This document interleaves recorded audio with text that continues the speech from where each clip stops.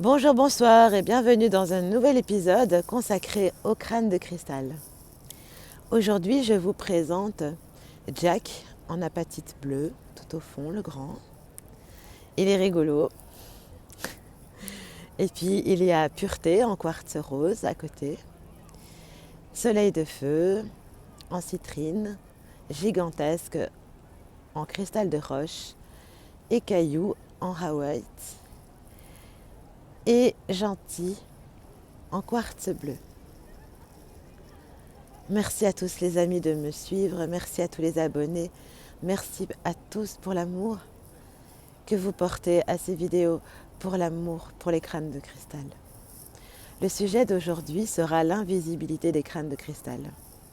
Et pour ce faire, je vais vous raconter quelques petites anecdotes qui sont arrivées avec eux, où ils se sont fait invisibles pour éviter des problèmes, pour éviter des ennuis. Alors, la première fois que j'ai eu envie d'aller voir le crâne de Paris, je me suis rendue au musée du Quai Branly Jacques Chirac à Paris. Et comme je pars, et pour ceux qui me connaissent et qui suivent déjà ma chaîne, je prends souvent quelques crânes avec moi quand je vais en rue, quand je vais promener, quand je vais partout avec moi. Je prends quelques-uns de mon équipe pour faire les filtres, pour faire les filtres d'amour dans l'énergie, pour qu'ils aident ceux qui sont autour de moi et pour moi-même. Alors arrivé au musée, bien sûr, il y a des gardes, il y a des fouilles, etc. Et mes crânes sont emballés bien douillettement dans une petite boîte à l'abri.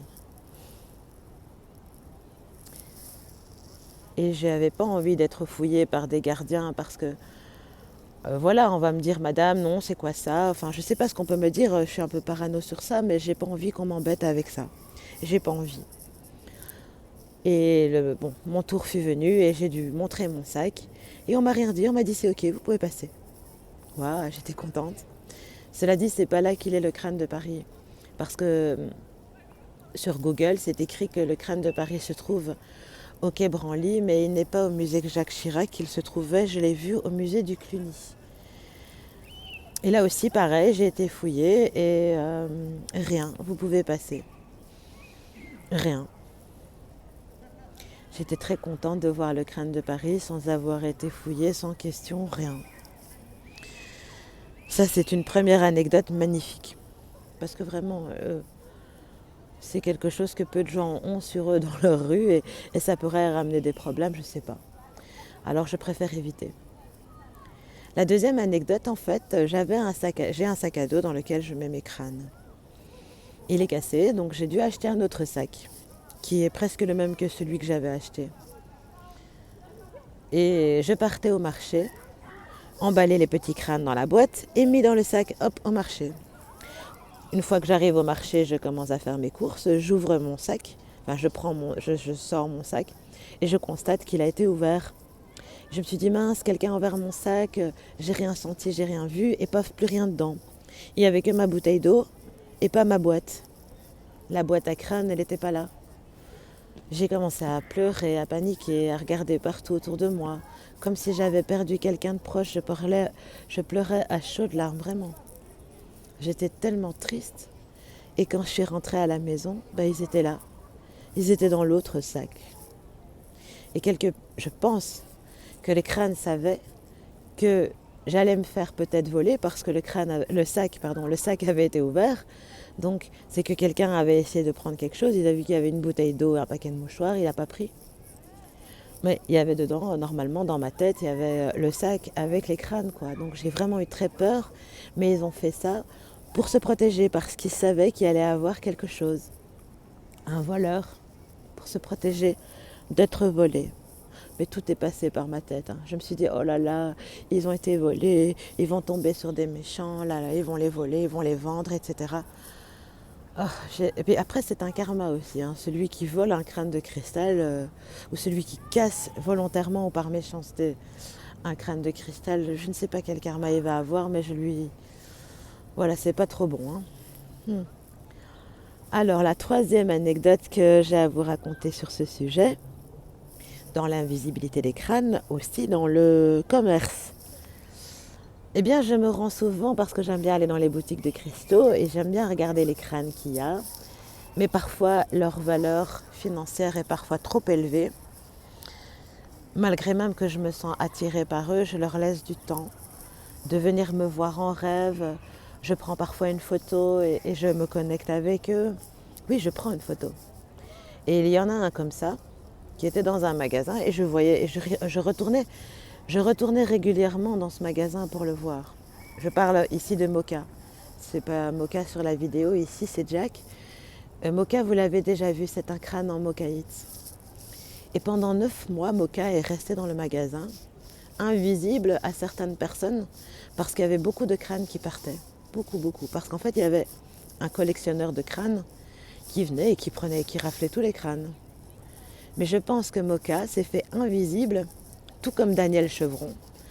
Et Daniel Chevron n'est pas avec moi aujourd'hui, mais vous l'avez déjà vu dans d'autres vidéos, où lui aussi s'est fait invisible pour ne pas être vu. Au moment où je l'achetais, je disais à mon ami, je dis regarde, ce crâne-là, c'est un crâne en améthyste chevron. Regarde comme il est beau, il me fait un clin d'œil, il me sourit là et tout. Je commence à parler, je dis ouais, il est trop beau et tout. Elle me dit mais je le vois pas, je le vois pas. Elle regarde, elle le voit pas et moi je le vois mais pas elle. Donc je me dis qu'il s'est fait visible que pour moi et invisible pour les autres. Et il y a plusieurs anecdotes sur ça que j'ai entendues d'autres personnes qui racontent que des crânes peuvent se faire invisibles dans les aéroports. Comme j'ai eu aussi avec le musée, invisible la boîte. Normalement, on aurait dû me dire, madame, ouvrez-le. Ou alors c'était un incompétent. Enfin, je ne doute pas du pouvoir des crânes. Parce que vraiment, je pense qu'ils ont fait ça exprès. De se faire invisible ou alors invisible pour éviter des catastrophes, pour éviter d'être volé ou cassé, des choses comme ça. Voilà donc les anecdotes que j'ai à raconter sur l'invisibilité des crânes de cristal et comment ils font et comment nous aussi on pourrait arriver à devenir invisible devant certaines personnes.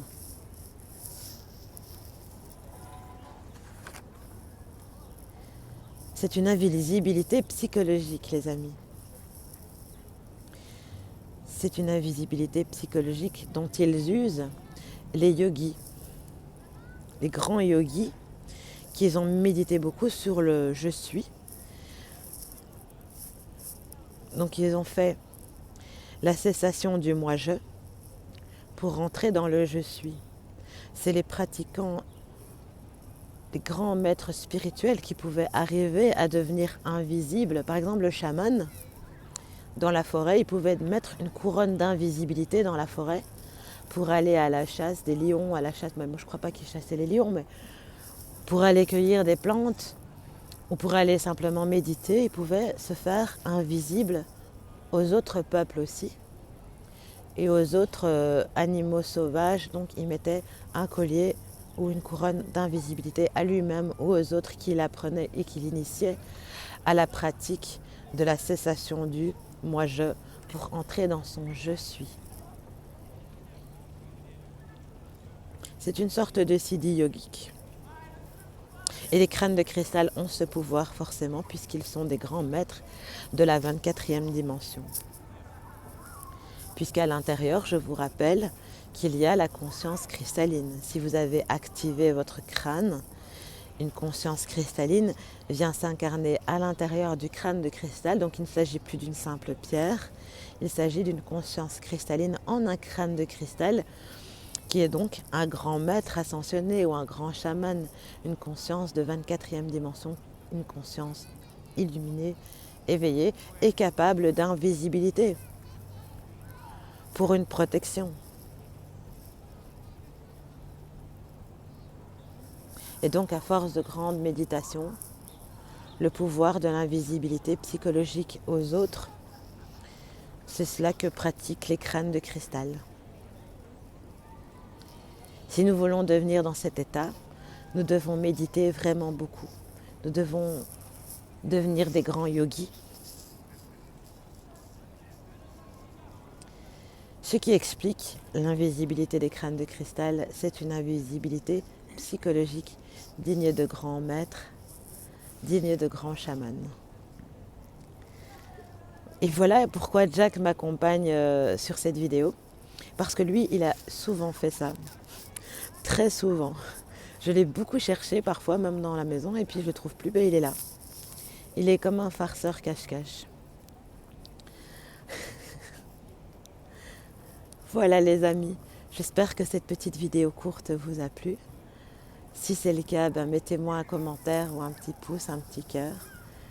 Merci beaucoup, je vous envoie plein d'amour, plein de gratitude. Merci, merci.